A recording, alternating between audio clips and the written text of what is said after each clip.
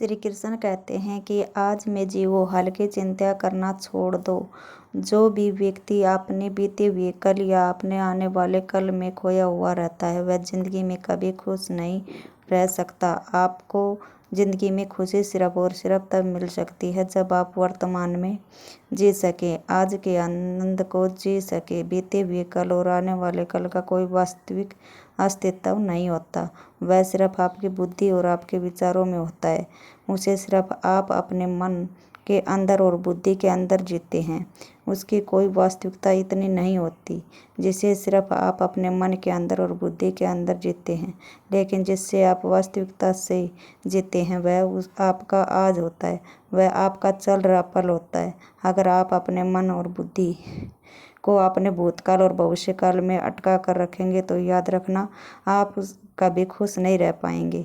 और अगर ज़िंदगी में खुश रहना चाहते हैं तो आज मैं इसी पल में जीना सीखें।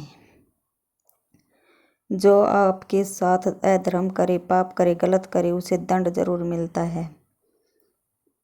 अगर आप उसे सहते हैं तो वह आपके साथ और गलत करता रहेगा। अगर आप उसे सहते हैं तो उसके पाप में आप भी भागीदार हो जाएंगे। अर्जुन श्री कृष्ण से कहते हैं कि जिनसे मैं युद्ध करने जा रहा हूँ यह सब मेरे भाई हैं, मेरे गुरुजन हैं। मैं इनके सामने कैसे हथियार उठाऊँ, इनको कैसे मारूँ? तो भगवान श्री कृष्ण ने अर्जुन से कहा कि जिन्हें तुम अपना मानते हो वह सभी अधर्मी हैं, वह पाप के पक्ष में खड़े हैं।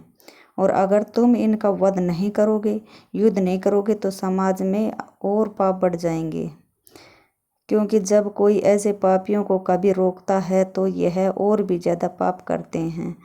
ऐसे ही जब आपके साथ कोई गलत करता है, आपको चोट पहुंचाता है, दुख पहुंचाता है और वही आप चुपचाप सहते हो तो उससे सामने वाले का मनोबल बढ़ जाता है और आपको कमज़ोर समझने लगता है और आपके साथ गलत करने का वह अपना हक समझने लगता है। लेकिन जब आप उसके गलत व्यवहार को, उसके अधर्म को रोक लेते हैं, उसका विरोध करते हैं, तब वह अपनी सी में रहना सीख जाता है। और यही कलयुग है। अगर इस जमाने में आपको खुश रहना है तो आपको अपनी रक्षा खुद ही करनी होगी, क्योंकि कोई आपके साथ गलत करे तो उसका कभी भी सहना नहीं चाहिए, बल्कि उसका सामना करना चाहिए। गीता में कहा गया है कि किसी से भी हद से ज़्यादा मोह कभी नहीं करना चाहिए। जिससे भी आप सबसे ज़्यादा मोह लगाओगे देखना वह आपको अवश्य रुलाएगा।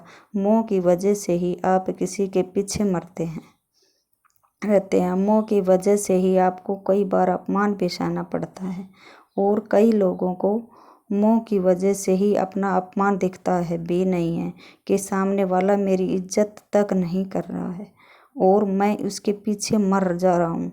वह आपकी आंखों पर ऐसी पट्टी लगा देता है कि आपको सच और झूठ दिखाई ही नहीं देता, आपको किसी इंसान का चेहरा दिखाई नहीं देता। आप जो देखते हैं, जो सुनते हैं, उसी पर यकीन करने लगते हैं, फिर चाहे आपको यकीन ही क्यों ना हो, दर्द ही क्यों ना मिल रहा हो। अगर आप किसी इंसान को ठीक से समझना चाहते हैं, उसकी सच्चाई हो तो जानना चाहते हैं, तो उसके लिए बहुत ज़रूरी है कि आप उसके मोह से जल्द बाहर आ जाएं। आपका मोह आपको दुख देता है। जिस दिन मोह खत्म, उस दिन आपको किसी भी रिश्ते से कोई दुख नहीं मिल सकता, क्योंकि आपको फिर कोई फर्क भी नहीं पड़ेगा।